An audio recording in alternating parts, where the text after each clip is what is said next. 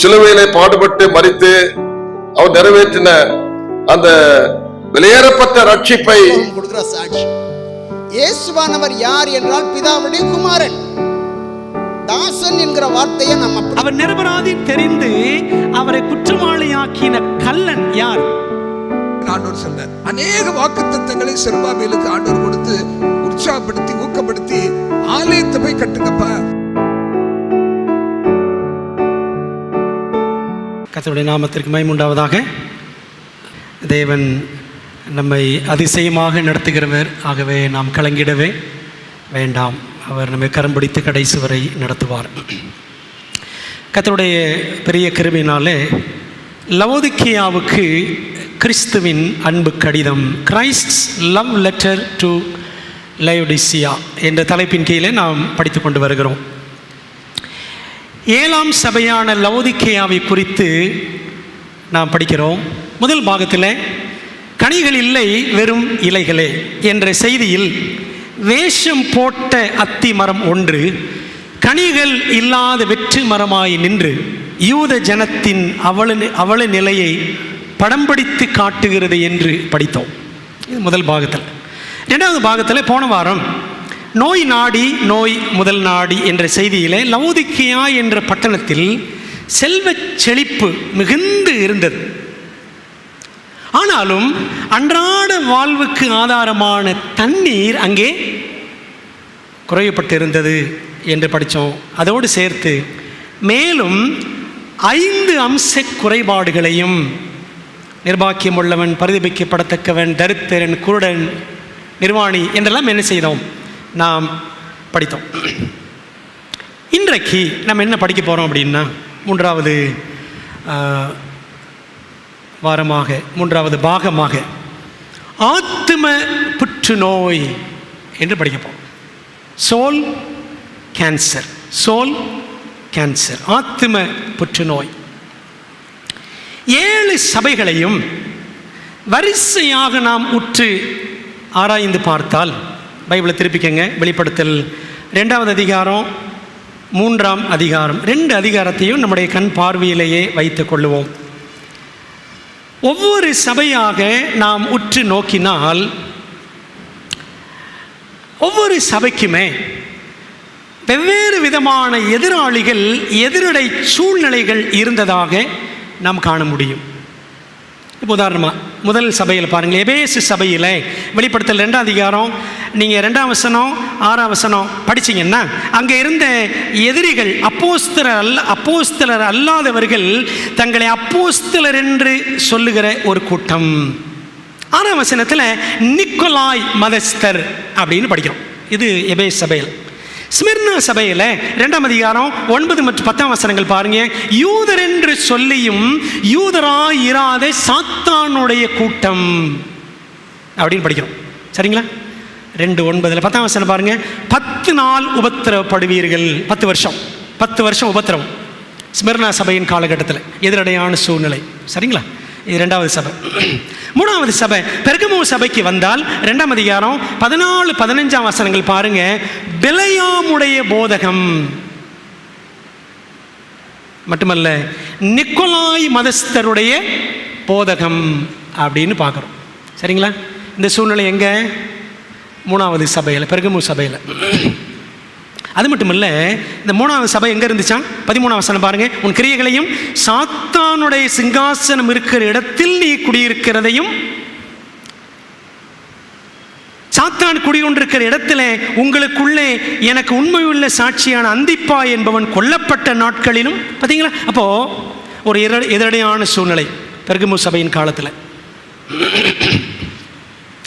4வது சபைக்கு வந்தால் தியத்திரா சபை 20, 21, 24 ஆகிய வசனங்களை படித்து பார்த்தா, ஏசபேல் என்னும் தீர்க்கதரிசியானவள் அப்படின்னு படிக்கிறோம். வேசி மார்க்கம், சாத்தானுடைய ஆழங்கள். 24ஆம் வசனம் பாருங்க. சாத்தானுடைய ஆழங்கள் என்று அவர்கள் சொல்லுகிறார்களே. பார்த்தீங்களா? அப்போ தியத்திரா சபையில் இப்படி ஒரு எதிரிகள், அதாவது வேசி மார்க்கம், ஏசபேல், சாத்தானுடைய ஆழங்கள் அப்படிலாம் பார்க்கணும். இதெல்லாம் என்னென்ன ஒவ்வொன்றா படித்தா அதுக்கு நமக்கு நேரம் நிறைய தேவை. ஆனால் ஒவ்வொரு சபையிலையும் எப்படி சூழ்நிலை இருந்துச்சு அப்படின்னு பார்த்துக்கிட்டே வர்றோம். சரி, அப்படியே 6வது சபைக்கு போவோம். பிலதெல்பியா சபைக்கு சென்றால் 3 அதிகாரம் 9-10 வசனங்கள் சொல்லுகிறது. அங்கேயும் யூதர் அல்லாதிருந்தும் தங்களை யூதர் என்று பொய் சொல்லுகிற சாத்தானுடைய கூட்டம் இருக்கா. 10 வசனத்தில் சோதனை காலம் அப்படின்னு படிக்கிறோம். வரப்போகிற சோதனை காலம். இப்படி எதிரிகளும் எதிரடை சூழ்நிலைகளும் ஒவ்வொரு சபையின் காலகட்டத்திலையும் நம்ம என்ன செய்கிறோம், பார்க்குறோம். ஆனால் இதே கண்ணோட்டத்தில் 7வது சபையை நாம் அலசி ஆராய்ந்து தேடினால் அதற்கு எந்த எதிரியும் கிடையாது, எந்த எதிர்ப்பான சூழ்நிலையும் கிடையாது. No opposition, no persecution. நீங்கள் பாருங்களேன், மனப்பாடம் பண்ணிங்களா? லவோதிக்கேய சபை வசனங்கள் மனப்பாடம் பண்ணிங்களா? அதில் யாராவது ஒரு எதிரி கூட்டம், சாத்தான் கூட்டம் அப்படின்னு தான் இருக்கா? 7வது சபையில் கிடையாது. No opposition, no persecution. ஏனெனில் 7ஆம் சபையான லவோதிக்கேயாவுக்கு எதிரிகளும் எதிர்ப்பான சூழ்நிலைகளும் வெளியே இருந்து வர வேண்டியதில்லை. விளங்குதவங்களுக்கு எல்லாம் உள்ளேயே இருக்கிறது. அதான் நீங்க படிக்க போறோம். இந்த லவோதிக்கேயா தனக்கு என்ன நோய் நேரிட்டிருக்கிறது என்பதையும் அது எத்தனையாவது ஸ்டேஜில் இருக்கிறது என்பதையும் அறியாத குருட்டு நிலையில், தன்னிலை அறியாத மிகுந்த தரித்திர நிலையில் இருக்கிறது. கர்த்தாய் நாம் கவனிக்கவும் கற்றுக்கொண்டு தேரவும் கர்த்தர் நமக்கு உதவி செய்யும்படி நாம் ஆத்ம பாரத்தோடு ஜெபித்து படிக்கலாமா? நல்ல தகப்பனே, இந்த நாளில் இன்றைக்கு நாங்கள் படிக்க போகிற லவோதிக்கேயா பற்றிய பாடத்தை எங்களுக்கு ஆசீர்வதித்து தாரும். ஆத்தும புற்றுநோய் என்று படிக்க போகிறோம். ஆண்டவரே, எங்களுடைய நிலைமை என்ன என்பதை எங்களுக்கு காட்டும். எங்களுடைய அசதி, சோர்வு எல்லாம் எடுத்து போடும். கவனிக்கிற காதுகளை, உள்ளங்களை எங்களுக்கு தாரும். தகப்பனே, ஆலயத்திலும் என் ஆன்லைனிலும் இருந்து கவனிக்கிற ஒவ்வொருவரையும் ஆண்டவருடைய வசனத்தின் மூலம் சந்திப்பீராக, ஆசீர்வதிப்பீராக. தாவை சொல்லும்படியார்கள் கேட்கிறோம். நீர் பெருகவும் நாங்கள் சிறுகவும் உதவி செய்யும். இயேசுவின் நாமத்தில் ஜெபிக்கிறோம் நல்ல பிதாவே, ஆமென். எங்கு நோக்கினாலும் புற்றுநோய். 21ஆம் நூற்றாண்டில் மனுக்குலத்தின் அவல நிலை. எங்கு திரும்பினாலும் புற்றுநோய். இது ஒரு மகா பயங்கரமான உயிர்கொல்லி நோய். Killer diseases. இந்த புற்றுநோய், அப்புறம் இந்த சுகரு, சரிங்களா, ஹார்ட் அட்டாக், இதெல்லாம் சில கில்லர் டிசீசஸ், ஆட்கொல்லி நோய்கள் என்று சொல்லப்படுகிறது. இந்தியாவில் 2022ஆம் வருஷத்தில், போன வருஷம், புற்றுநோயால் பாதிக்கப்பட்டவர்கள் சுமார் 15 லட்சம் பேர். 10ல் ஒருவருக்கு புற்றுநோய் வருகிறது இந்தியாவில். 10ல் ஒருத்தருக்கு புற்றுநோய். டைத்து மாதிரி புரியுதா உங்களுக்கு? 10ல் ஒருத்தருக்கு புற்றுநோய். பல வகைகளில் நுரையீரல் புற்றுநோய், லங் கேன்சர் முதலிடத்தில் இருக்கிறது இந்தியாவிலே. ஆண்களுக்கு பரவலாக நுரையீரல் மற்றும் இரைப்பை புற்றுநோய், பெண்களுக்கு பரவலாக கர்ப்பப்பை மற்றும் மார்பக புற்றுநோய். இந்த கொடுமையான நோய்க்கு மருத்துவர்கள் 3 விதமான அணுகுமுறைகளை சொல்லுகிறார்கள். 1, ப்ரிவென்ஷன், வருமுன் காக்க வேண்டும். அப்பப்போ பெண்கள் உங்கள் மார்பகத்தில் டெஸ்ட் பண்ணி பார்த்துக்கங்க, ஏதாவது கட்டி இருக்கா அப்படின்னு சொல்லுவாங்க. ப்ரிவென்ஷன், அதாவது சாப்பாடு விஷயம் இதெல்லாம் கேர்ஃபுல்லாக இருக்கணும், ப்ரிவென்ஷன். 2வது ஏர்லி டிடெக்ஷன், ஆரம்பத்திலேயே கண்டறிதல், கண்டுபிடிக்கணும். முதல்ல வருமுன் காக்கணும், 2வது ஆரம்பத்தில் கண்டுபிடிக்கணும், 3வது எராடிகேஷன், கம்ப்ளீட் எராடிகேஷன், முற்றிலும் நீக்க வேண்டும் அப்படின்னு 3 அணுகுமுறைகளை சொல்லுகிறார்கள். நியாய தீர்ப்பின் காலத்து சபையான லவோதிக்கேயாவிலும் எங்கு திரும்பினாலும் புறையோடி போன புற்றுநோய் தான் காண முடிகிறது. அதை ஆத்தும புற்றுநோய் என்று சொல்லலாம். என்ன ஆத்தும புற்றுநோய்? செல்ஃப் a soul cancer, சுயம் என்னும் ஆத்தும புற்றுநோய் என்று வசனத்தின் பிரகாரம் பெயரிட்டு அழைக்கலாம். வெளிப்படுத்தல் 3:17 பாருங்களேன். நீ நிர்வாக்கியம் உள்ளவனும் வெளிப்படுத்தல் 3:17. பரிதபிக்கப்படத்தக்கவனும் தரித்திரனும் குருடனும் நிர்வாணமாய் இருக்கிறதை அறியாமல் நான் ஐஸ்வர்யவான் என்றும் திரவிய சம்பன்னன், நான் திரவிய சம்பன்னன் என்றும். இப்ப நான் முன்னாடி வருது இல்லை, எனக்கு ஒரு குறைவும் இல்லை என்றும் சொல்லுகிறபடியால். லவோதிக்கேயாவுக்கு இதாங்க ப்ராப்ளம். என்ன ப்ராப்ளம்? ஒன்று ஐ ப்ராப்ளம், இன்னொன்று ஐ ப்ராப்ளம். சரிங்களா? ஆண்டவர் குருடன் சொன்னார்ல, நீ குருடனும் ஐ ப்ராப்ளம், இன்னொன்று நான் ஐ ப்ராப்ளம். புரியுதுங்களா? கண் ப்ராப்ளம் இருக்கு, நான் அப்படின்ற ப்ராப்ளம் இருக்கு. சரிங்களா? அருமையான தேவ பிள்ளைகளே, இந்த ரெண்டையுமே ஆண்டவர் இயேசு அழகாக அதே வசனத்திலே 17ஆம் வசனத்திலே படம் பிடித்து காட்டுகிறார். நீ குருடன் அப்படின்றாரு, ஐ ப்ராப்ளம். நான் ஐஸ்வர்யவான் அப்படின்னு சொல்ற, நான் என்ற பிரச்சனை. லவோதிக்கேயாவில் தான் இந்த கோளாறுகள் எல்லாம் படிக்கிறோம். இப்போ விளங்குது உங்களுக்கு? லவோதிக்கேயாவுக்கு பிரச்சனை வெளியிலேருந்து கிடையாது, பிரச்சனை எங்கே தான்? உள்ளே தான். இன்று இந்த கண் கோளாறு பற்றி படிக்கலை, அதை அடுத்த வாரம் படிப்போம். கண் கோளாறு பற்றி. இன்றைக்கு நம்முடைய நான், எனது, எனக்கு என்ற கோளாறை பற்றி படிக்க போகிறோம். எலன் ஒயிட் எழுதுறாங்க, the greatest burden we have to bear in this life is self. Self is the most difficult thing we have to manage. In laying of burdens, let us not forget to lay self at the feet of Christ. Mind, Character and Personality Volume 2 பக்கம் 540 சொல்றாங்க, இந்த வாழ்க்கையிலே நாம் சுமக்கக்கூடிய மிகப்பெரிய பாரம் என்னவா? இந்த சுயம். இந்த சுயம்தான் நாம் சமாளிப்பதிலேயே மிகவும் கடினமான ஒரு காரியம். ஆண்டவருடைய பாதத்தில் நம்ம கொண்டு வரக்கூடிய பாரங்கள், எத்தனையோ பாரங்கள் கொண்டு வரலாம். ஆண்டவரே, நல்ல பெண்ணு கிடைக்கணும், நல்ல சீட்டு கிடைக்கணும், பணம் கிடைக்கணும், வீடு கிடைக்கணும், அப்படிலாம் எத்தனையோ பாரங்கள் ஆண்டவர்கிட்ட கொண்டு வரோம்ல. இப்படி பல பாரங்களை கொண்டு வரும்பொழுது நம்ம எதை மறந்துடக்கூடாதான்? கிறிஸ்துவின் பாதத்தில் நம்முடைய சுயம் என்ற பாரத்தை இறக்கி வைக்க மறந்துடக்கூடாது. 7ஆம் சபையின் காலத்தில் மட்டும்தான் இந்த பிரச்சனை இருக்கிறதா? ஏங்க சுயநலம் இந்த காலத்தில் தான் இருக்கு, வேற காலத்தில் இல்லையா அப்படி நம்ம கேள்வி கேட்கலாம். இருக்கத்தான் செய்தது, ஆனாலும் இப்பொழுது அது முதல் இடத்தில் இருக்கிறது. மும்முரமாக முன்னணி வகிப்பதிலே, முக்கியத்துவம் தேடுவதிலே மனிதர்கள் முன் ஒருபோதும் விட இன்றைய காலகட்டத்தில் மிகவும் அக்கறை உள்ளவர்களாக இருக்கிறார்கள். சுவிசேஷம் வேகமாக போகணுன்ற மும்முரம் கிடையாது, நான் முன்னாடி இருக்கணும். அன்பானவர்களே, ஆழமாக பாதித்திருக்கும் ஆத்தும புற்றுநோய். 2 தீமோத்தேயு 3ஆம் அதிகாரத்தில் 2 தீமோத்தேயு 3ஆம் அதிகாரம் முதல் 5 வசனங்கள் நீங்கள் படித்து பார்த்தால் பவுல் சொல்வார், மேலும் கடைசி நாட்களில் கொடிய காலங்கள் வரும் என்று அறிவாயாக, ஏனெனில் மனுஷர்கள், முதல் என்னது? ஃபர்ஸ்ட் பாயிண்ட் என்னதான்? தற்பிரியராயும்.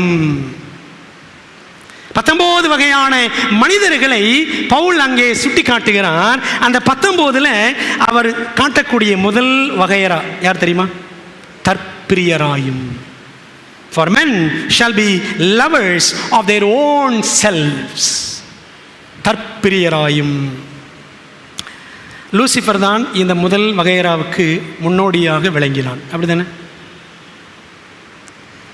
நான் நான் நான் என்ற அவனது ஆணவமும். எங்க படிக்கிறோம்? ஏசாயா 14ஆம் அதிகாரத்தில் 13-14 வசனங்கள் படித்து பார்த்தீங்கன்னா, நான் வானத்துக்கு ஏறுவேன், நான் உன்னதமானுடைய சிங்காசனத்துக்கு மேலாக என் சிங்காசனத்தை உயர்த்துவேன், நட்சத்திரங்களுக்கு மேலாக நான் அப்படின்னு இங்கிலீஷில் பார்த்தீங்கன்னா 5 தடவை இருக்கும், ஐ ஐ ஐன்னு. சரிங்களா? I will I will I will I will 5 தடவை கேஜேவியில் பார்க்கலாம்.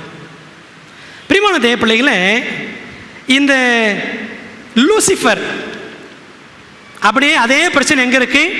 லவோதிக்கேயா. சரிதானே? என்ன பிரச்சனை லூசிஃபருக்கு? லவோதிக்கேயா என்ன பிரச்சனை? லவ் ஆஃப் செல்ஃப், அப்படிதானே?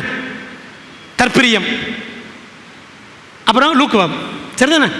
லூசிஃபர், லவோதிக்கேயா, love of self, lukewarm. Lucifer கீழ்ப்படிதல் என்ற விஷயத்தில் பாருங்களேன், அவனும் கீழ்ப்படியலை, அடுத்தவங்களையும் மற்ற தூதர்களையும் கீழ்ப்படிய விடலை. அப்போ இப்படி இல்லாமல் அப்படி இல்லாமல் இருந்தான். வெதுவெதுப்பான நிலையில் அவன் இருந்ததால் அவனே பரலோகத்தின் முதல் லவோதிக்கேயன். Fallen Lucifer was the first Laodicean in heaven. பரலோகத்தில் அவன் தான் முதல் லவோதிக்கேயன். தன்னை போலவே வஞ்சிக்கப்பட்ட நிலையில் நம்மையும் தன் பக்கம் தக்க வைத்துக் கொள்ள அவன் விரும்புகிறான். லவோதிக்கேயா எடுத்துக்கொண்டால் என்ன பிரச்சனை? சுயம், அது பெருமை. இந்த லவோதிக்கேயா ஆண்டவரையும் நேசிப்பதில்லை, அடுத்தவரையும் நேசிப்பதில்லை. அது எப்படி சொல்றீங்க ஆண்டவர் நேசிக்கிறது இல்லைன்னு? ஆண்டவர் நேசிக்கிறோம் அப்படின்னு சொல்றோம், உண்மையாகவே தான் நேசிக்கிறோமா? போப்போ படிச்சா தெரியும். ஆண்டவரை நேசிப்பதில்லை, அடுத்தவரையும் நேசிப்பதில்லை. கடைசி கால லவோதிக்கேயரும் முதல் லவோதிக்கேயனையே பிரதிபலிக்கின்றனர். யார் முதல் லவோதிக்கேயன்? Lucifer. So think, are we reflecting the Lord or Lucifer?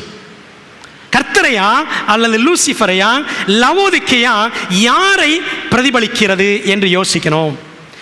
நான் என்ற இந்த வார்த்தையை எப்படிலாம் சொல்லலாம்? அகந்தை, தற்பிரியம், சுய நிறைவு, பெருமை அப்படிலாம் சொல்லலாம். மீசம், மீ மீ மீ மீ எல்லாமே மீ தான். மீசம், self love, self sufficiency, pride, ego, சரிதானே? இப்படிலாம் பல வார்த்தைகள் சொல்லலாம். இதுதான் லவோதிக்கேயாவினுடைய மைய பிரச்சனை. அதுதான் ஆத்ம புற்றுநோய் ஆகும். பிரியமானவர்களே, இந்த லவோதிக்கேயாவில் இருக்கிற அந்த பிரச்சனையை சொல்கிறாங்க பாருங்கள். எலன் ஒயிட் எப்படி அழகாக எழுதுகிறாங்க, வாசிக்கிறேன். லவோதிக்கேயா சபைக்கான தூது நமது நிலைமைக்கு பொருத்தமாக இருக்கிறது. எங்களிடம் எல்லா சத்தியமும் இருக்கிறது என நினைத்து தேவனுடைய வார்த்தையை குறித்த தங்களது அறிவில் பெருமை கொண்டிருக்கிற அதே சமயம் அதனுடைய பரிசுத்தமாக்கும் வல்லமையை தங்களது ஜீவங்களில் உணர்ந்திராதவர்களை பற்றிய நிலைமையானது எவ்வளவு தெளிவாக சித்தரிக்கப்பட்டுள்ளது. இந்த லவோதிக்கேயா சபையை பற்றி செய்தியை படிக்கும் பொழுது நமக்கு இவ்வளவு சத்தியங்கள் இருக்கு, ஆனாலும் அந்த சத்தியத்தினுடைய பரிசுத்தமாக்கும் வல்லமை அது எப்படிப்பட்டது என்று உணராத நிலையில் நம்ம இருக்கிறோமே அப்படின்றத அந்த லவோதிக்கேயா தூது காட்டுகிறது. தேவனுடைய அன்பின் அனலானது அவர்களது இருதயங்களில் குறைய காணப்படுகிறது. தராசில் நிற்கப்பட்டு குறைய காணப்பட்டாய மாதிரி நம்மகிட்ட என்ன குறைவா இருக்கான்? தேவனுடைய அன்பின் அனல் குறைவாக இருக்கிறது. அந்த அன்பின் அனல் தான் தேவ ஜனத்தை உலகத்திற்கு ஒளியாக மாற்றும். தாங்கள் பெற்றிருக்கிற ஆவிக்குரிய அறிவு மற்றும் நற்காரியங்களை பற்றிய பெருமை கொண்டுள்ள ஒரு ஜனம் இங்கே காட்டப்படுகிறது. லவோதிக்கேயால ஆண்டவர் யாரை காட்டுறாரு? ஒரு ஜனக்கூட்டத்தை காட்டுறாரு. பெருமை கொண்டிருக்கிற எங்களுக்கு இதெல்லாம் இவ்வளோலாம் இருக்கு. லவோதிக்கேயா பெருமை படிச்சல எங்களுக்கு என்னெல்லாம் இருக்கு அப்படின்னு படிச்சோம் போனவார். இன்னைக்கு நாமும் அப்படி பெருமைப்படுகிற ஒரு ஜனமாய் இருக்கிறோமா? ஆனால் தேவன் அவர்கள் மீது அருளியுள்ள தகுதிக்கும் அப்பாற்பட்ட ஆசீர்வாதங்களுக்கு அவர்கள் மறுமொழி கொடுக்கவில்லை. ஆண்டு எவ்வளோ ஆசீர்வாதம் நம்ம கொடுத்துருக்காரு, நம்ம என்ன ரெஸ்பாண்ட் பண்ணுறோம்? ஆண்டுக்கு என்ன பதில் கொடுக்குறோம்? அவர்களிடம், லவோதிக்கேயரிடம் கலகமும் நன்றியின்மையும் தேவனை குறித்த மறதியும் நிரம்பி இருக்கிறது. ஆனாலும் அன்புள்ள மன்னிக்கிற ஒரு தகப்பன் நன்றி உணர்வற்ற வழிதவறிப்போன் ஒரு மகனை நடத்துவது போன்று அவர்களுடன் நடந்திருக்கிறார். ஒரு கெட்டகுமாரனை எப்படி தகப்பன் நடத்தினான், அந்த மாதிரி தேவன் நம்மை நடத்துகிறார். நம்ம எவ்வளோ நன்றி உணர்வு இல்லாதவங்களா, கலகம் பண்ணுறவங்களா இருக்கிறோம். அவர்கள் அவரது கிருபைக்கு எதிர்த்து நின்றிருந்திருக்கின்றனர். அவரது ஸ்லாக்கியங்களை துஷ்பிரயோகம் செய்திருந்திருக்கின்றனர். அவரது வாய்ப்புகளை, ஆண்டவர் எத்தனையோ வாய்ப்புகள் நம்ம கொடுக்கிறார், அந்த வாய்ப்புகளை அசட்டை செய்திருந்திருக்கின்றனர். அவர்கள் மன நிறைவிலும் புலம்பற்கேதுவான நன்றியின்மையிலும், இவ்வளோ நன்றி இல்லாமல் இருக்கிறோமே, இதை பார்த்தாலே புலம்பணுமா, அந்த மாதிரி நிலையில் இருக்கிறோம். மேலோட்டமான சடங்காச்சாரத்திலும் ஆவிக்குரிய வாழ்க்கை ஆழமாக இருக்கா? சும்மா மேலோட்டமான சடங்காச்சாரம் அப்படி இருக்கிறோமா? மேலோட்டமான சடங்காச்சாரத்திலும் மாய்மாலமான உண்மையற்ற தன்மையிலும், மாய்மாலமா உண்மையாக இருக்கிற மாதிரி ஒரு கிறிஸ்தவ வாழ்க்கை, அப்படி நாம் மூழ்கி அதில் திருப்தி அடைந்திருக்கிறோம் அப்படின்னு எழுதுகிறாங்க. செலக்டட் மெசேஜஸ் வால்யூம் 1 பேஜ் 357 வாசிக்கிறோம். பிரியமானவர்களே, புற்றுநோய் உடலுக்குள்ளேயே எல்லா இடங்களிலும் பரவுவது யாருக்குமே தெரியாது. அப்படிதானே? யாருக்குமே தெரியாது. திடீர்னு ஒரு நாள் அது 4வது ஸ்டேஜில் இருக்குன்னு தெரியும். அப்படிதானே கேள்விப்பட்டிருக்கோம். அது போலவே பெருமையும் சுயமும் மேல்மட்டத்திலிருந்து அடிமட்டம் வரை எவ்விடத்திலும் நம்முடைய பரவி இருக்கிறது. இந்த நோய் வந்துவிட்டால் சாவு எப்போது வரும்னு யாருக்குமே தெரியாதுல்ல, தெரியாது. அப்போ சுயநலம் என்னும் ஆத்தும புற்றுநோயினால் ஆழமாக பாதிக்கப்பட்டிருக்கிற ஒவ்வொருத்தருமே பாதிக்கப்பட்டிருக்கும். அதில் பேசுறதுனால நான் சுயநலம் இல்லாதவன் அப்படின்னு சொல்ல முடியாது. இந்த ஆத்தும புற்றுநோயினால் எல்லாருமே பாதிக்கப்பட்டிருக்கிறோம். அப்படி பாதிக்கப்பட்டிருக்கிற ஒவ்வொருவரும் ஒருவருக்காக ஒருவர் ஆத்தும பாரத்தோடு நாளைக்கு அவர் மரிக்க நேரிடலாம் என்ற எண்ணத்தோடு ஜெபிக்கணும், அவரை நடத்த வேண்டும். ஏனெனில் ஏற்குறைய எல்லாருமே இந்த ஆத்தும புற்றுநோயான சுயநலத்துக்கு பலிகடாக்கள் ஆகியிருக்கிறோம். கடவுளே கிட்ட வந்து நம்மை காப்பாற்ற முடியுமா என்று சந்தேகிக்கும் அளவுக்கு நம்முடைய நிலைமை இந்த நோயினால் முற்றி போயிருக்கிறது.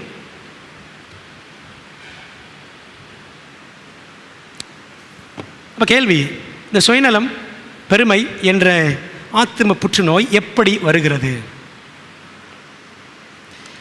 ஆண்டவரிடமிருந்து ஆசீர்வாதங்களாக நாம் பெற்றுள்ள அழகோ, படிப்போ, சாதனைகளோ, திறமைகளோ, செல்வமோ, செல்வாக்கோ நம்மை பிறரை விட மேன்மையாக கருத செய்து அடுத்தவரை அற்பமாக எண்ணுவதற்கு நடத்துமே. ஆனால் அதுக்கு பேர் தான் பெருமை அல்லது சுயம்.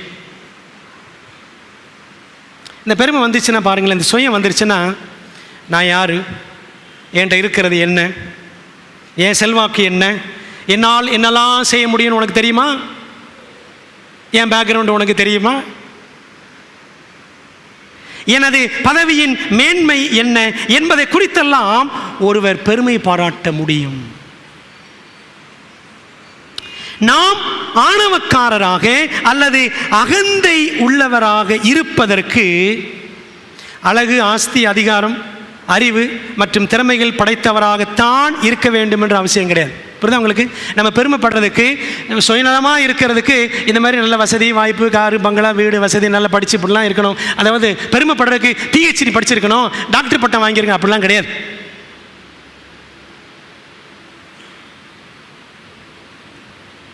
அது எல்லாரையுமே பாதித்து விடுகிறது. சில உதாரணம் பாருங்களேன். போஸ்டிங், செல்ஃப் பிட்டி அப்படின்னு 2 இருக்கு. ஒன்று பெருமை பாராட்டுதல், இன்னொன்று சுய பரிதாபம். அப்படி 2 இருக்கு. ரெண்டையும் பார்க்கலாம். Boasting is the voice of pride in the heart of the strong.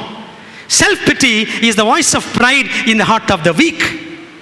இந்த பெருமை பாராட்டுதல் என்பது நல்ல பலமிக்கவர்கள், வலிமை வாய்ந்தவர்களின் இருதயத்தில் உண்டாகிற பெருமையின் சத்தம், அதான் பெருமை பாராட்டுதல். பலவீனமானவர்களின் இருதயத்தில் உண்டாகிற பெருமையின் சத்தம் தான் சுய பரிதாபம். ஐயோ, நான் இவ்வளோ கஷ்டப்படுறேனே, அதுவும் பெருமை தான். பாருங்களேன்.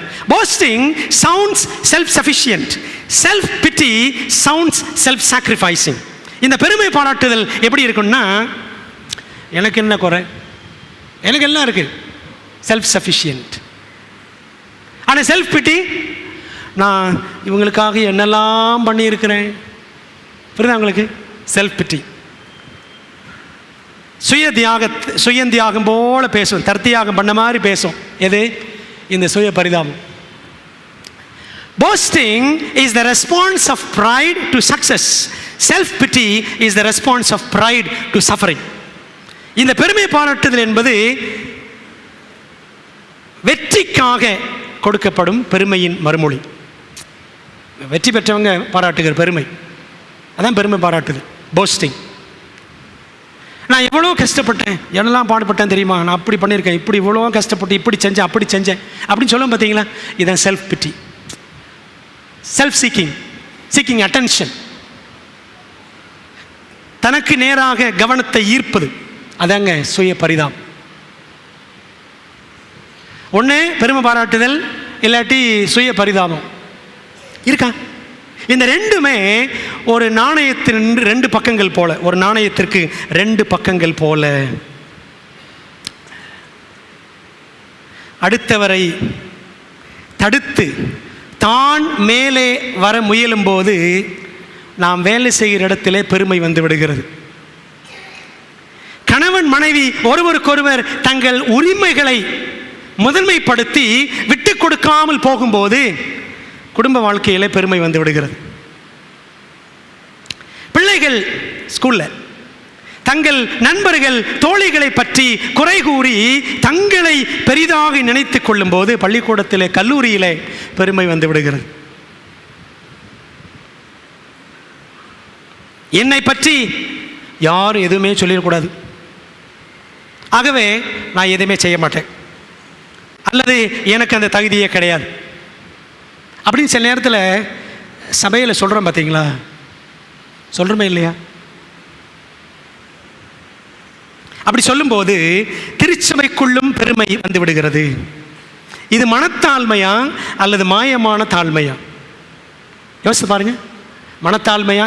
ஐயோ எனக்கெல்லாம் தகுதியே கிடையாது, நான் திருவிருந்துக்கு வரமாட்டேன், நான் போயிடுறேன். மனத்தாழ்மையா? மாயமான தாழ்மையா? எனக்கு இந்த பொறுப்பு விருப்பெல்லாம் வேண்டாம். மனத்தாழ்மையா? மாயமான தாழ்மையா?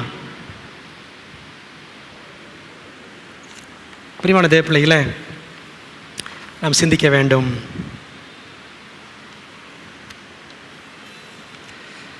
ஆக பெருமையின் சாராம்சமே என்னதான்? பெருமையின் சாராம்சம் என்னதான்?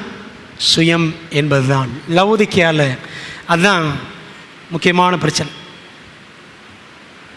ஆத்தும புற்றுநோய்க்கான ஆலயத்தின் ஆதாரங்கள் லவோதிக்கேயாவுக்கு தான் ஆத்தும புற்றுநோய்.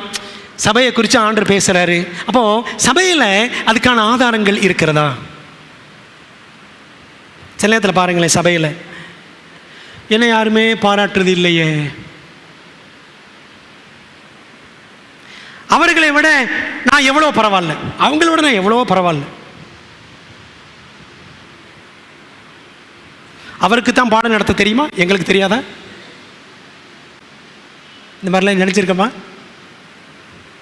அவர் அல்லது அந்த அம்மா மட்டுமே முக்கியப்படுத்தப்படுகிறார், நாங்கள் அசட்டை செய்யப்படுகிறோம். எவ்வளவு காலமாக நாங்கள் இருக்கிறோம் எங்களுக்கு தெரியாதா? இதெல்லாம் சபைகளை துணிக்கக்கூடிய குரல்கள்.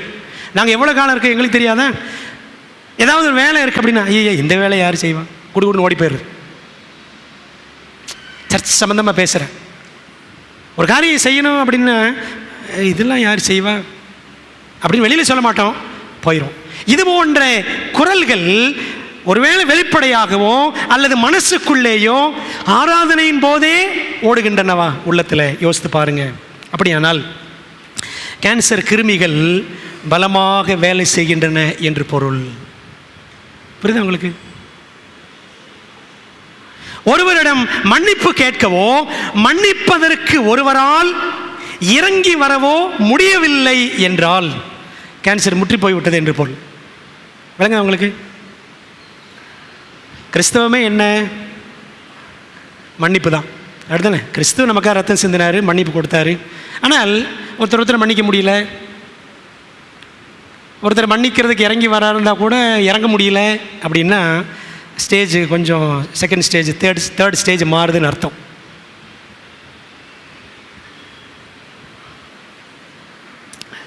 இதெல்லாம் சபையில் இருக்கிற பிரச்சனைகள். மூப்பர் ஒருவரை பரவலாக எல்லா இடத்துலையும் இருக்கிற பிரச்சனையை பேசுகிறேன், எல்லா சபைகள்லையும். மூப்பர் ஒருவரை டீக்கனாக்க நேரிட்டால் என்ன நடக்கும்? அவ்வளோதான் அப்படின்றீங்களா? முடிஞ்சிச்சு, பத்தி எரியும். மூப்பர் ஒருவரை டீக்கனாக்க நேரிட்டால், ஓய்வு நாள் பள்ளியில் இருக்கக்கூடிய ஒரு நபரை உதவி இயக்குனராக நியமிக்க நேரிட்டால் தாழ்மையாக ஏற்றுக்கொண்டு நம்மால் செய்ய முடியுமா? கர்த்தருக்கு சேவை செய்ய தானே வந்திருக்கிறோம். அப்படி தாழ்மையாய் முன் செல்வோமா சேவை செய்கிறதுக்கு? அல்லது தாழ்வு மனப்பான்மையுடன் முன்னேற முடியாமல் தடுமாறி தவிப்போமா? ஆண்டவர் நம்மகிட்ட எதிர்பார்க்கிறது தாழ்மை தான், சரிதானே? தாழ்வு மனப்பான்மை கிடையாது. ஆனால் கொஞ்சம் யோசிச்சு பாருங்கள், தாழ்மை இருக்கா இல்லை தாழ்வு மனப்பான்மை நிறைய இருக்கா? தாழ்வு மனப்பான்மை தான் நிறைய இருக்குது. எனக்கெல்லாம் தகுதி இல்லையா? எனக்கெல்லாம் தெரியாதா? நாங்களாம் இல்லையா? இப்படிதான் உங்களுக்கு தாழ்வு மனப்பான்மை. அது ஆண்டவர் தேடலை, தாழ்மையை தான் தேடுகிறார். கர்த்தருக்கு முன்பாக தாழ்மைப்படுங்கள் அப்படிதான் படிக்கிறோம். யாக்கோபு 4:10 கர்த்தருக்கு முன்பாக தாழ்வு மனப்பான்மை படுங்கள் வசனம் சொல்லலை. கர்த்தருக்கு முன்பாக தாழ்மைப்படுங்கள். வயதில் சிறியவர் ஒருவர் அல்லது புதிதாக வந்த விசுவாசி ஒருவர் ஆலோசனை கூற நேரிட்டாலோ, அல்லது அவர் புதுசாக வந்தவரோ ஒரு சின்ன வயசில் உள்ளவரோ முன்னுக்கு செல்லும் முக்கிய பொறுப்பு அவருக்கு வழங்கப்பட்டாலோ, உள்ளத்திலும் உதட்டிலும் எந்த நெருடலும் இன்றி உண்மையாய் தேவனை தொழுது கொள்ள நம்மால் ஆலயத்தில் கூடி வர முடியுமா? யோசித்து பாருங்க. அல்லது எதுவுமே தரப்படாததால் என் வழி தனி வழி என்று நாம் சென்று விடுவோமா? இவை அனைத்தும் நாம் லவோதிக்கேயர் தான், வெதுவெதுப்பானவர்கள் தான் என்பதற்கான வெளிப்படையான ஆலய வாழ்வில் கண்கூடாக நாம் காணக்கூடிய ஆதாரங்கள், சரிதானே? பிரியமான தேவ பிள்ளைகளே, selfishness is eating up the whole church and the whole mission. இந்த சுயநலம் தான் இன்னைக்கு சபைகளை, ஸ்தாபனத்தை தின்று கொண்டிருக்கிற கிருமி. ஆமாவா இல்லையா? பாருங்களேன், யாருமே மாறுற மாதிரி தெரியல, யாருமே சீட்டை விட்டு கொடுக்குற மாதிரி தெரியல. டாப்ல இருந்து பாட்டம் வரையும் சொல்றேன். பணம் தான் செலவு, அது லட்ச லட்சமா. உண்மையா இல்லையா? செல்ஃபிஷ்னஸ். ஏசாயா 1 5 மற்றும் 6 வசனங்களை பார்த்தீங்கன்னா, ஏசாயா 1:5, 6 சொல்லுது, இன்னும் நீங்கள் ஏன் அடிக்கப்பட வேண்டும், அதிகமாய் விலகி போகிறீர்களே. சபையை பார்த்து ஆண்டவர் சொல்றார், தலையெல்லாம் வியாதியும் இருதயம் எல்லாம் பலட்சயமுமாய் இருக்கிறது. தலையெல்லாம் வியாதி, இருதயம் ரொம்ப வீக் ஆயிருச்சு. உள்ளங்கால் தொடங்கி உச்சந்தலை மட்டும் அதிலே சுகமே இல்லை. பார்த்தீங்களா? ஆண்டவர் நம்மை குறித்து சொல்லுகிறார், அது காயமும் வீக்கமும் நொதிக்கிற ரணமும் உள்ளது. அது சீல் பிதுக்கப்படாமலும் கட்டப்படாமலும் எண்ணெயினால் ஆற்றப்படாமலும் இருக்கிறது. இதாங்க லவோதிக்கேயனுடைய நிலைமை. பிரியமான தேவ பிள்ளைகளே, அப்போ லவோதிக்கேயாவில் நோய் கண்டிருக்கிறது, மேலிருந்து கீழே வரைக்கும். என்ன நோய்? அது ஆத்தும புற்றுநோய், soul cancer. The cancer called selfishness. இருக்கா இல்லையா?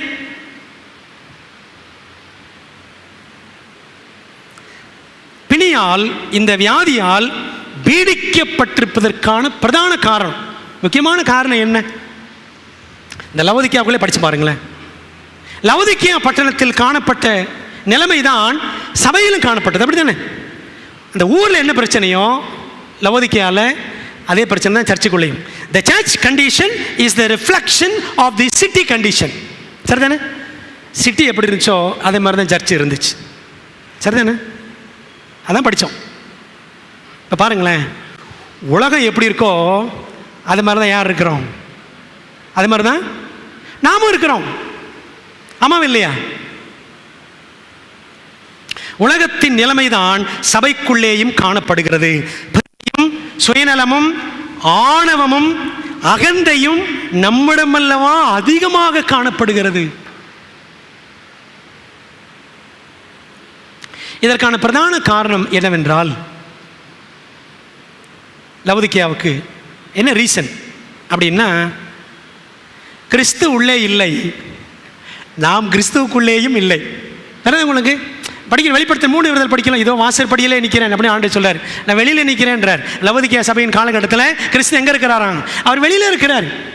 கிறிஸ்து உள்ளே இல்லை, நாமும் கிறிஸ்துவுக்குள்ளே இல்லை. அதான் பிரச்சனை. புரியுதுங்களா?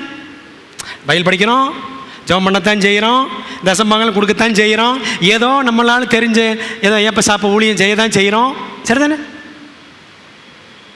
ஆனால் கிறிஸ்து உள்ளே இல்லை, நாம் கிறிஸ்துவுக்குள்ளேயும் இல்லை என்பதை உணராதவர்களாக நாம் இருக்கிறோம். 2 வாக்கியங்களை வாசிக்க பாருங்களேன். எலன் ஒயிட் சொல்றாங்க, லவோதிக்கேயர்களிடம் வைராக்கியம் இல்லை. ஆங்கிலத்தில் படிக்கிறேன். The Laodicean message applies to the people of God who profess to believe present truth. The greater part are lukewarm professors having a name but no zeal. Testimonies volume 4 page 87. நிகழ்கால சத்தியத்தை விசுவாசிப்பதாக கூறிக்கொள்ளுகிற தேவ ஜனத்தாருக்கு லவோதிக்கேயாவுக்கான தூது பொருத்தமாக இருக்கிறது. நம்ம என்ன சொல்கிறோம்? நிகழ்கால சத்தியத்தை நம்புகிறோம். என்ன நிகழ்கால சத்தியம்?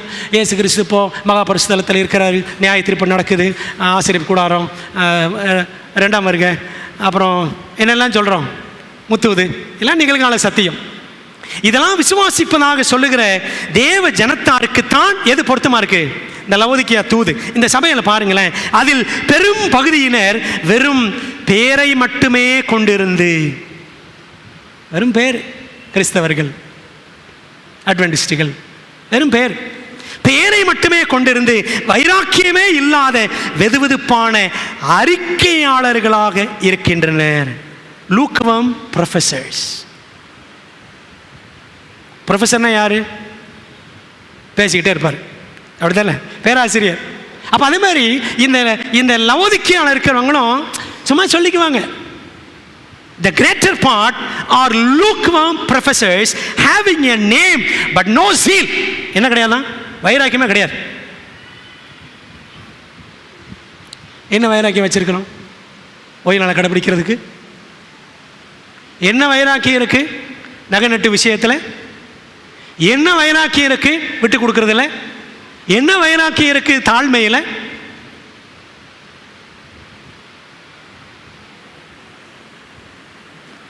லவோதிக்கேயர்களிடம் வைராக்கியம் இல்லை அப்படின்னு ஒரு இடத்துல சொல்றாங்க. 2வது பாருங்களேன், எலன் ஒயிட் சொல்றது, லவோதிக்கேயர்களிடம் தெய்வீக வாழ்வில் ஓர் உயிர் உள்ள அனுபவம் இல்லை. வாசிக்கிறேன்.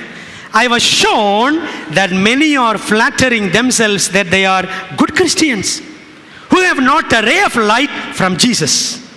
They have not a living experience for themselves in the divine life. Testimonies volume 3 page 253ல சொல்றாங்க. தமிழில் வாசிக்கிறேன். இயேசுவிடமிருந்து ஒரு ஒளிக்கதிரையும் பெற்றிராத அநேகர் தங்களை நல்ல கிறிஸ்தவர்கள் என்று தாங்களே மெச்சிக்கொண்டிருக்கிறது எனக்கு காட்டப்பட்டது. அதாவது சத்தியமெல்லாம் படிக்கிறோம், பைபிள்லாம் படிக்கிறோம், ஆனால் இதிலிருந்து ஒரு ஒளி கூட எங்கே போலையாம்? உள்ள போல. வாரம் ஆண்டவர் நமக்கு கீமோதெரப்பி கொடுத்து தான் இருக்கிறார். புரியுதா உங்களுக்கு? ஓய்வு நாள் பாடம் வழியா, பிரசங்கம் வழியா நமக்கு ஆண்டவர் கீமோதெரப்பி கொடுத்துட்டு தான் இருக்கிறாரு. என்னதான் கொடுத்தாலும் இந்த கேன்சர் செல்லாம் சாக மாட்டேங்குது. அப்படிதானே?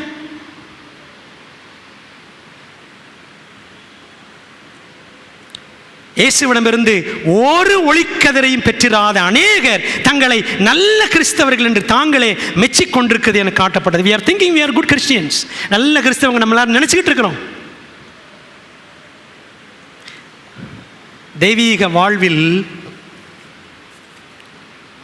தங்களுக்கென்று ஒரு உயிருள்ள அனுபவத்தை அவர்கள் பெற்றிருக்கவில்லை. தெய்வீக வாழ்க்கையில் எப்படிப்பட்ட அனுபவம் இல்லையா? உயிருள்ள அனுபவம், நம்ம லிவிங் எக்ஸ்பீரியன்ஸ் நம்மகிட்ட கிடையாது. அதான் என்ன அர்த்தம்? படிச்சுக்கிற சத்தியத்தை வாழ்க்கையில் வாழ்ந்து காட்டுறதே இல்லை. The heart of the problem is problem in the heart. The heart of the problem is problem in the heart.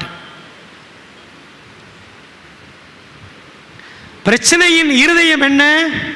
இருதயத்தில் தான் பிரச்சனை. புரியுதா உங்களுக்கு? அப்போ நம்ம சொல்லலாம், நம்மளாம் ஹார்ட் பேஷண்ட்ஸ், எல்லாரும் கேன்சர் பேஷண்ட்ஸ்.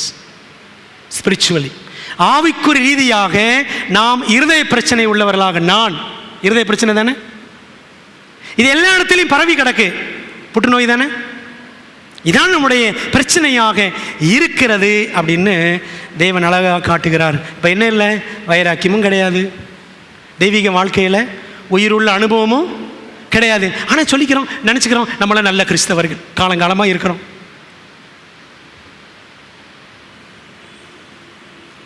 பிரியமானவர்களே, லவோதிக்கேய சபையில் என்ன இருக்குன்றதான் சொல்கிறேன், அவ்வளோதான். அப்போ ஆண்டவர் இயேசு கிறிஸ்து எங்கே இருக்கிறாரு? அவர் வெளியில் இருக்கிறார். மனம் திறத்தலுக்காகவும், மனம் திறப்பதற்காகவும், மனம் திரும்புவதற்காகவும் காத்திருப்புடன் வெளியே நிற்கும் கிறிஸ்து. பைபிளில் படிக்கிறோம், பெருமை உள்ளவர்களுக்கு தேவன் எதிர்த்து நிற்கிறார். 1 பேதுரு 5:5 வாசிக்கிறோம். என்ற வசனத்தின்படி லவோதிக்கேயா, அந்த லவோதிக்கேய பட்டணமே இன்று ஒன்றுமில்லாமல் வாந்தி பண்ணப்பட்ட நிலைமையில் பாழாய் கிடக்கிறது. ஆண்டு சொன்னார்ல, உன்னை வாந்தி பண்ணி போடுவேன்னு சொன்னார் பார்த்தீங்களா? இன்னைக்கு அந்த லவோதிக்கேயா ஒன்றுமே கிடையாதுங்க, எல்லாம் தரிசா கிடக்கு.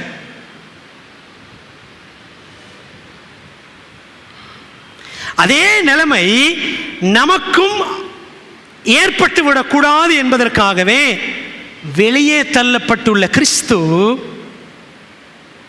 அவர் காத்திருக்கிறார். வெளியே தள்ளிட்டோம். எப்படி வெளியே தள்ளிட்டோம்? என்ன இருக்கு உள்ள? நான், சுயம் இருக்குல்ல, இந்த சுயம் இருக்கு, எல்லாருக்குள்ளும் இருக்கிறது. இந்த சுயம் சிங்காசனத்தில் உட்கார்ந்து இருக்கிறது.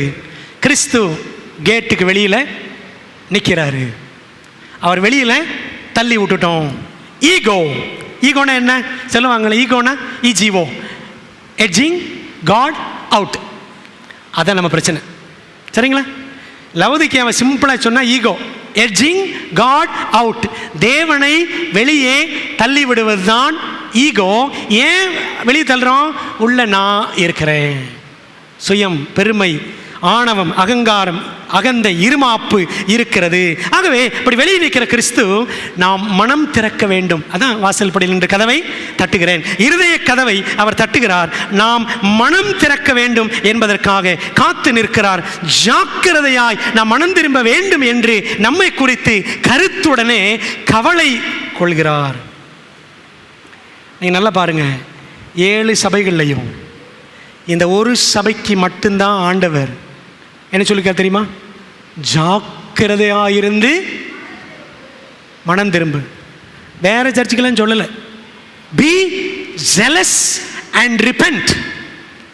என்ன அர்த்தம்? ஜாக்கிரதையாக இருந்து மனம் திரும்பினா, நீ வைராக்கியமாயிருந்து மனம் திரும்பு. அதான் ஹெல்மெட் எழுதியிருக்காங்கல்ல. லவோதிக்கேயருக்கு என்ன இல்லை? வைராக்கியமே இல்லை. அதுதான் கிறிஸ்து சொல்கிறார். இந்த ஜாக்கிரதைன்றத வைராக்கியம், எச்சரிக்கை, கவனம், கருத்துடனே அப்படிலாம் மொழிபெயர்க்கலாம்.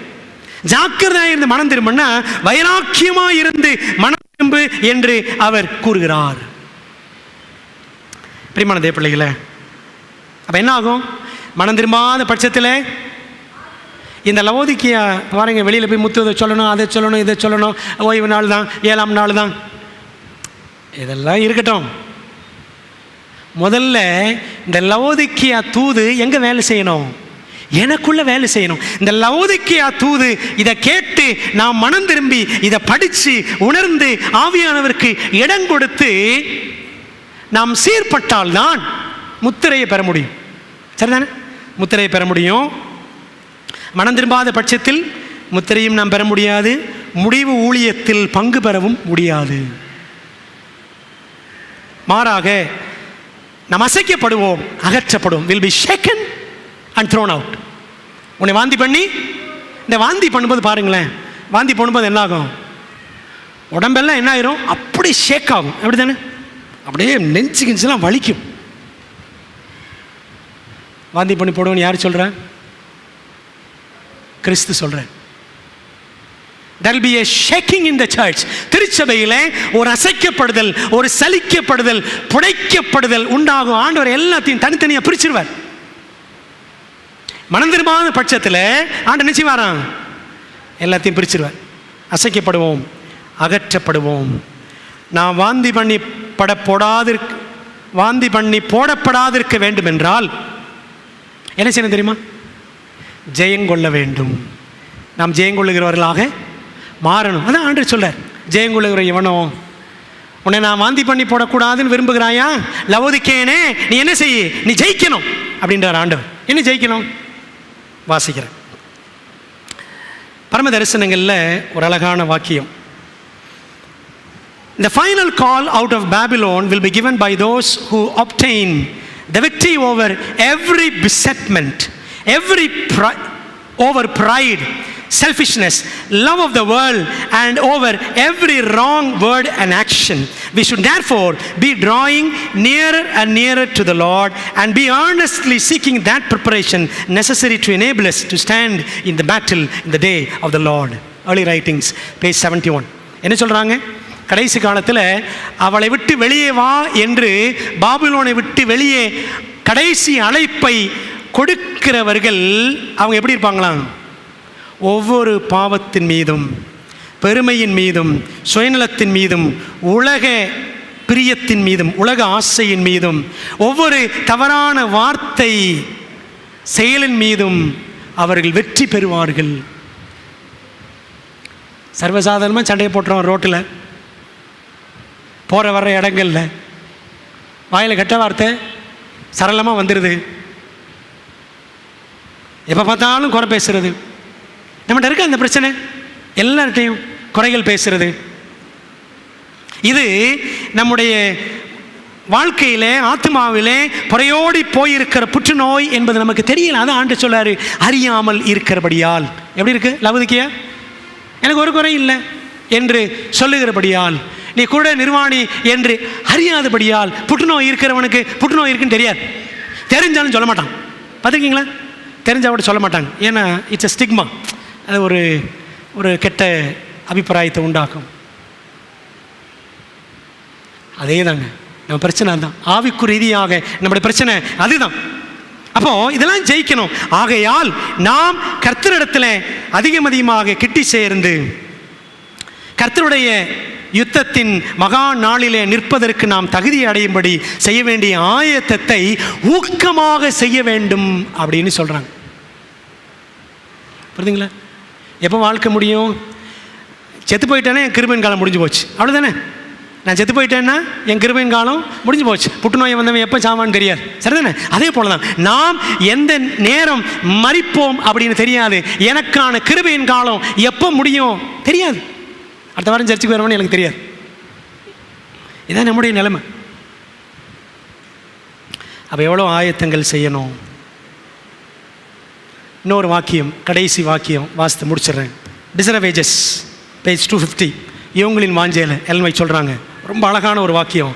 There is no limit to the usefulness of one who by putting self aside makes room for the working of the Holy Spirit upon his heart and lives a life wholly consecrated to God. தன்னுடைய சுயத்தை ஒரு பக்கமாக ஒதுக்கி வைத்துவிட்டு, புரியுதா உங்களுக்கு? சுயநலத்தை ஒரு பக்கமாக ஒதுக்கி வைத்துவிட்டு தனது இருதயத்தில் பரிசுத்த ஆவியானவர் கிரியை செய்வதற்காக இடம் கொடுத்து தேவனுக்கென்று தன்னை முற்றிலுமாக அர்ப்பணித்து வாழக்கூடிய ஒரு நபருடைய பயன்பாட்டுக்கு எல்லையே இருக்காது அப்படின்னு சொல்றாங்க. பிரியமான தேவ பிள்ளைகளே, தேவன் உங்களையும் என்னையும் அவருடைய முடிவு கால ஊழியத்தில் பயன்படுத்தணும்னு விரும்புகிறார், சரிதானே? ஆனால் இப்படி நாம் தேவனால் பயன்படுத்தப்படுவதற்கு என்ன தடை? என்ன தடை? தடை லவோதிக்கேயாவுக்கு வெளியில இருந்தெல்லாம் கிடையாது. சரிதானே? No opposition, no persecution. நம்ம எல்லாரும் மணிப்பூர்ல இருந்தால் மனம் திரும்பி இருப்போமோ? பிரியமான தேவ ஜனங்களே, யோசித்து பாருங்க. இந்த சுயம் இருக்கிறதுனால தான் இன்னைக்கு ஊழியங்கள்லாம் நடக்கலை. ஊழியங்கள்லாம் சொல்லிக்கிற மாதிரிலாம் நடக்கலை. ஓப்பனாக சொல்கிறேன். சீட்டில் யார் உட்காரணுமோ அவர் உட்காரல. எது உட்காரக்கூடாதோ அதுதான் உட்காந்துருக்கு. கிறிஸ்து உள்ளே இருக்கணும், அவர் சிங்காசனத்தில் உட்காந்துருக்கணும் என்று விரும்புகிறார். ஆனால் கிறிஸ்து வெளியில் நிற்கிறாரு. சுயம்தான் உள்ளே சீட்டு போட்டு ஒய்யாரமாக உட்காந்துருக்கிறது. பாருங்களேன், இந்த சுயம் எங்கே இருக்கோ, சுயம் எங்கே இருக்கோ அங்கே பெருமை இருக்கும், போட்டா போட்டி இருக்கும், பழி வாங்குதல் இருக்கும். சரிதானே? ஆணவம், அகந்த, அகம்பாவம் எல்லாமே இருக்கும். இந்த ஒரு பிட்டு உள்ளே வந்துருச்சுன்னா, இந்த சுயம் உள்ளே வந்துச்சுன்னா எல்லாமே கூட கிளஸ்டராக கொத்து கொத்தா எல்லாமே. பாருங்களேன், இந்த புற்றுநோய் கூட அது ஒரே ஒரு இடத்துல மட்டும் இருக்காது. அது அப்படி அப்படி அப்படி அப்படியே கிளஸ்டராக அப்படி கொத்து கொத்தா பரவிக்கிட்டே இருக்குது. இதே போல தாங்க இந்த சுயம் உள்ளே வந்துச்சுன்னா அது அப்படியே பரவிக்கிட்டே இருக்கும், பரவிக்கிட்டே தான் இருக்கும். பிரியமான தேவ பிள்ளைகளே, இந்த நோயினாலே நாம் பாதிக்கப்பட்டிருக்கிறோமான்னு பார்க்க வேண்டாம். we are already infected. ஏற்கனவே இதை ப்ரிவென்ஷன்லாம் பண்ண முடியாது. சரிதானே? ஏற்கனவே வந்துருச்சு. So we have to detect it. இருக்கா இல்லையா? இருக்கு. இப்போ என்ன பண்ணணும்? எராடிகேட் பண்ணணும். அது என்ன செய்யணும்? அழிக்கணும். சில நேரம் பாருங்களேன், இந்த கேன்சர் கட்டியெல்லாம் எடுத்து விட்டாலும் சில வருஷம் கழிச்சு திரும்ப வந்துடும். சரிதானே? இதுதான் பிரச்சனை. பிரியமானவர்களே, இந்த ஆத்தும புற்றுநோயை, சுயம் என்ற ஆத்தும புற்றுநோயை எப்படி அகற்ற வேண்டும்? Eradication. What is the solution? ஆண்டவர் இயேசு கிறிஸ்து இந்த லவோதிக்கியா தூதில் நம்முடைய பிரச்சனையை மட்டும் சொல்லலைங்க, அந்த பிரச்சனைக்கான பரிகாரத்தையும் சொல்லியிருக்கிறேன். அதை தான் அடுத்த வாரம் படிக்க போகிறோம். இந்த லவோதிக்கியா தூது என்ன அப்படின்னு புரிஞ்சுக்கிட்டு நம்முடைய நிலையை புரிந்து நாம் மனம் திரும்பினால்தான் அடுத்து முத்தூது ஊழியமே செய்ய முடியும். லவோதிக்கியா தூதை புரிஞ்சு அதுக்கு ஒப்பு கொடுத்து வாழாத பட்சத்தில் முத்தூது முடங்கித்தான் கிடக்கும். அது முடங்கித்தான் கிடக்கு. முத்தூது முடங்கிதான் கிடக்கு. உள்ளுக்குள்ளே இருக்க நாமே ஓய்வு நாள் ஒழுங்காக ஆசிரிக்கலையே, எப்படிங்க வெளியில் போய் மிருகத்தின் முத்திரன் சொல்கிறது? புரியுதா உங்களுக்கு? ஆண்டவரே, எங்களுக்கு வைராக்கியம் இல்லையே, வைராக்கியம் தாரும். எங்களுக்கு உயிருள்ள அனுபவம் இல்லையே தெய்வீக காரியங்களில், அந்த அனுபவத்தை எங்களுக்கு தாரும். ஒரு சின்ன ஜெபம் பண்ணிடுமா? ஜெபிப்போம். நல்ல தகப்பனே, இந்த நாளில் எங்களுக்கு நீ தந்த லவோதிக்கியா தூதுக்காக ஆண்டவருக்கு ஸ்தோத்திரம். இதை நாங்கள் கொஞ்சம் கொஞ்சமாக படிக்கிறோம்ப்பா. ஒவ்வொரு வாரமும் ஆண்டவர் எங்களுக்கு கற்றுக் கொடுப்பதற்காக ஸ்தோத்திரம். எங்கள் நிலையை ஆண்டவர் எங்களுக்கு அப்படியே படம் பிடித்து காட்டுகிறீர் தகப்பனே. எங்கள் நிலையை அறியாமல் இருக்கிறோம் என்று நீங்கள் சொல்கிறீங்க. நாங்கள் எங்களுக்கு அறிந்து கொள்ளக்கூடிய கிருபையை தந்து கொண்டிருக்கிறீங்க. அதற்காக ஸ்தோத்திரம் செலுத்துகிறோம் தகப்பனே. இந்த ஆத்தும புற்றுநோயாகிய சுயத்திலிருந்து, பெருமையிலிருந்து எங்களை காப்பாற்றும் ஆண்டவரே. நான் சாந்தமும் மனத்தாழ்மையுமாய் இருக்கிறேன், என்னிடத்தில் கற்றுக்கொள்ளுங்கள் என்ற இயேசுவின் இடத்துல கற்றுக்கொண்டு நாங்கள் இயேசுவை போல் மாற, இயேசுவை உள்ளே அனுமதித்து சிங்காசனத்தில் அவர் ஆளுகை செய்ய விட்டு கொடுக்க, ஒப்பு கொடுக்க எங்களை கிருபை செய்யும். எங்கள் ஜெபத்தை ஏற்றுக்கொள்ளும், ஆசீர்வதியும். இயேசுவின் நாமத்தில் ஜெபிக்கிறோம் நல்ல பிதாவே, ஆமென்.